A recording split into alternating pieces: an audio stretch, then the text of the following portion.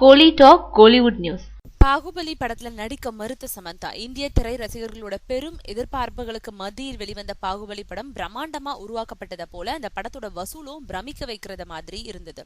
இயக்குனர் ராஜமௌலி இயக்கத்துல உருவான இந்த படத்துல பிரபாஸ், ராணா, அனுஷ்கா, தமன்னா, சத்யராஜ், நாசர், ரம்யா கிருஷ்ணன் உள்ளிட்ட பல நட்சத்திரங்கள் நடிச்சிருந்தாங்க. 2.5 வருடங்களா உருவான இந்த படம் கடந்த ஜூலை 10 வெளிவந்து ரசிகர்கள் கிட்ட நல்ல வரவேற்பை பெற்றுச்சு.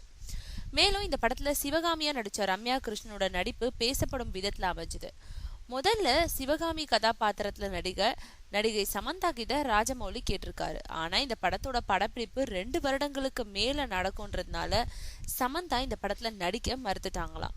பின்னாடி நடிகை ஸ்ரீதேவி அணுகுன ராஜமௌலி அவங்க சொன்ன சம்பளம் மிக அதிகமா இருந்ததுனால இறுதியா ரம்யா கிருஷ்ணனை சந்திச்சு படத்துல நடிக்க சம்மதம் வாங்கினாராம்.